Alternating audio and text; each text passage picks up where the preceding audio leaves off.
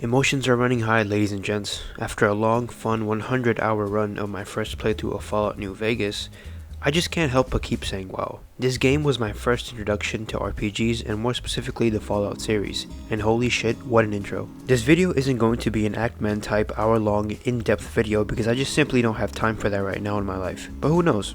Never say never, as they say. Who says we can't revisit this masterpiece later on in life and give it a proper analysis? But for now, this'll do. I'm not gonna have a filter on this one, so you better know the story and whatnot. Let's begin. Fallout New Vegas is essentially an RPG that takes on elements of FPS gameplay. Think Doom with Final Fantasy. Not much to say on this aspect except it's fun and engaging, minus the jank of a game that came out nearly 15 years ago, and with a development cycle of 18 months. We'll discuss how to make the game run optimally later on in the video. New Vegas has to have some of the best world building I've ever seen in any form of media, ever. The game is meant to take place in 200 years after a nuclear fallout, where society essentially goes through a hard reset in all manners. So as you'd think, multiple factions arise after this hard reset, as if we were ever really united to begin with. You have groups like the NCR and the three strip families, under the influence of Mr. House, that are nostalgic for a bygone era, holding on to pre-war era values and traditions. Then on the polar opposite, you have people who have gone back to primitive ways of life, such as the tribal people of Zion Valley. Things such as politics and religion have been preserved yet also changed after what seems like the end of the world. Take the aforementioned NCR. They're the closest model of pre-war America. Presidents, democracy, the it's us or them mindset is clear within the ranks of the NCR. Yet much like its pre-war counterpart, corruption and disaster from inside is running amok, and the organization most players initially side with is later on deserted by many due to the knowledge the courier picks up on them over the span of their playthrough. Then you have something that could only pop out of a post-nuclear world, and that's Caesar's Legion, or Caesar's Legion if you want to be fancy. Caesar's Legion is a dictatorship that runs purely on the fear of one man. Caesar, real name Edward Sallow. The Legion based themselves heavily off of the Roman Empire, in language, culture, and everything else.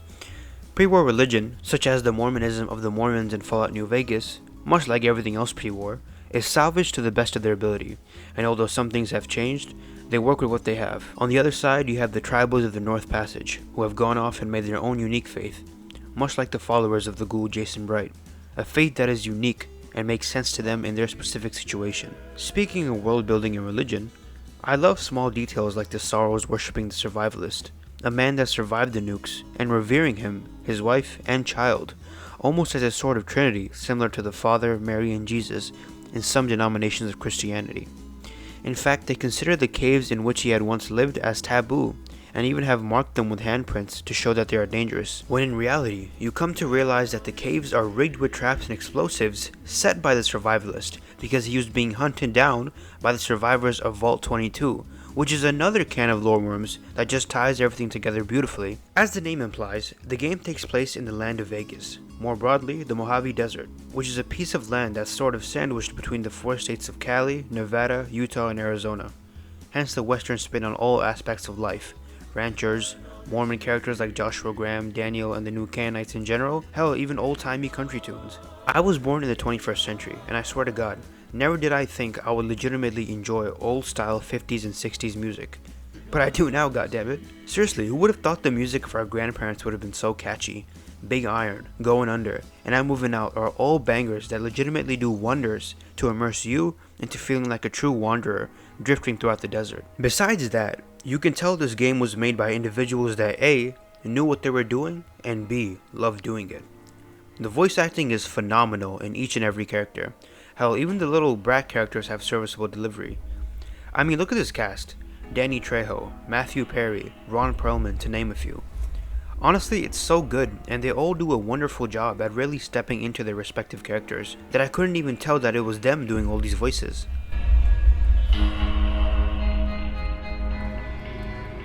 First and foremost, the best way to play this game is on PC, hands down. Fallout New Vegas on consoles is a whole nother hell, and it still hasn't made its way to current gen consoles. I don't trust Bethesda to remaster it anytime soon, and unless you have a spare 360 laying around to play arguably the worst version of the game, PC will be your best bet. New Vegas is an old game. I really don't think that you'll need a specialized Robco terminal computer to run this joint. With that being said, the most for sure way to experience the least buggy version of New Vegas is to install the Viva New Vegas mods. V&V is a collection of a multitude of mods that come together to give you the best version of New Vegas. Things like increased resolutions, the game not only looking cleaner but playing cleaner, etc. Be warned, however, if it's your first time like it was mine, mods like Immersive Recoil and J Sawyer, aka Lone Star, not only take away from your experience, but actively make war against it. This is because these mods were made with the intention to cater to veterans of the game. After that, it's all up to your personal preference, sprinting, proning, and other quality of life things that you can use if you so desire.